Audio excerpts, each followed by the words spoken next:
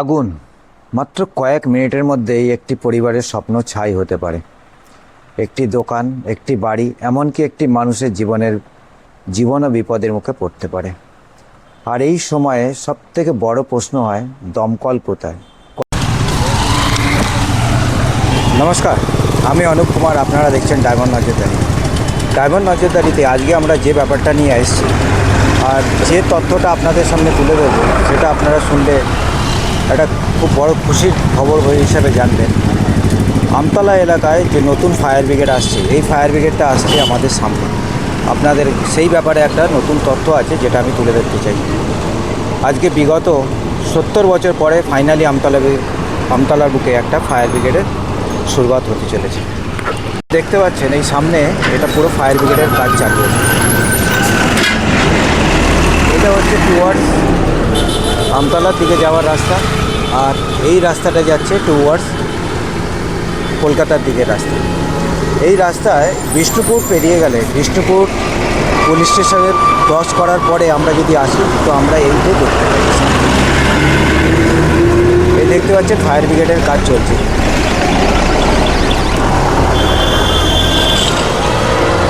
এটা একটা খুব বড় পরিকল্পনা, এবং যেটা আপনারা দেখবেন সেটা হচ্ছে রাস্তার ধারে এরা একটা বড় জায়গা ছেড়ে দিয়েছে, কারণ আগামী দিনে এখানে একটা 4 লেন হওয়ার যে চান্স রয়েছে, এটা পুরো 4 লেন হয়ে যাবে। তো যখন 4 লেন হয়ে যাবে, তখন এই জায়গাটা যাতে রাস্তার ভেতরে না এসে পড়ে, সেই কারণে এটা হচ্ছে। আর এই পুরো জায়গাটা একটা বড় ফায়ার ব্রিগেড, এটা দক্ষিণ 24 পরগনার একটা বড় ফায়ার ব্রিগেডের অংশ।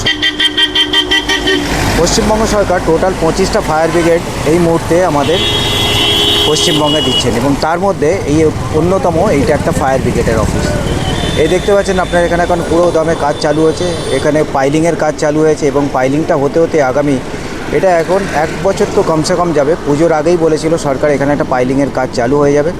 সেই পাইলিংয়ের কাজটা এটা চালু হয়ে গেছে। আপনারা দেখতে পাচ্ছেন আমি এখানে দাঁড়িয়ে আছি।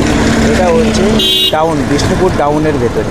আর টাউন থেকে এসে গেলে মাত্র আমতলা থেকে মাত্র 500 মিটারের দূরত্বে এই ফায়ার ব্রিগেডের কাজ চালু হচ্ছে। এটা একটা ফায়ার ব্রিগেডে। বন্ধুরা, গত কয়েক বছরে আমতলা চেহারা দ্রুত চেঞ্জ হয়ে গেছে। নতুন নতুন আবাসন, বহুতল বাজার, ব্যবসা প্রতিষ্ঠান, স্কুল, হাসপাতাল, সব মিলিয়ে জনসংখ্যা এবং যানবাহনের চাপ বেড়েছে বহুগুণ।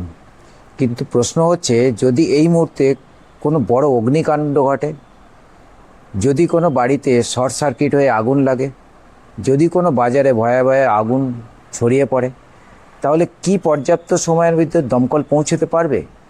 এখান থেকে মাত্র কয়েক মিনিটের মধ্যেই দমকল কর্মীরা ছুটে যেতে পারেন জরুরি পরিস্থিতিতে। আপনাদের কাছে আমার প্রশ্ন, আপনারা কি মনে করেন আমতলায় ফায়ার স্টেশনটা আরও আগে হওয়া উচিত ছিল? আপনার এলাকায় কোন সমস্যা প্রশাসনের নজরে আনা জরুরি? কমেন্ট করে অবশ্যই জানান। আপনাদের মতামতই আমাদের শক্তি। যারা আমার সাথে এইরকম ভিডিওতে জুড়তে চান, তারা প্লিজ আমার সাথে কন্ট্যাক্ট করতে পারবেন। আমি চাইব এই ধরনের বিশেষ প্রতিবেদন আমাদের এলাকায় যেগুলোতে আছে সেগুলোকে তুলে ধরা। আমি অনুপ কুমার, আপনারা দেখছেন ডায়মন্ড নজরদারি। কারণ আমরা শুধু খবর দেখাই না, এলাকার উন্নয়নের উপরে নজর রাখি। ধন্যবাদ। জয় হিন্দ, বন্দে মাতরম।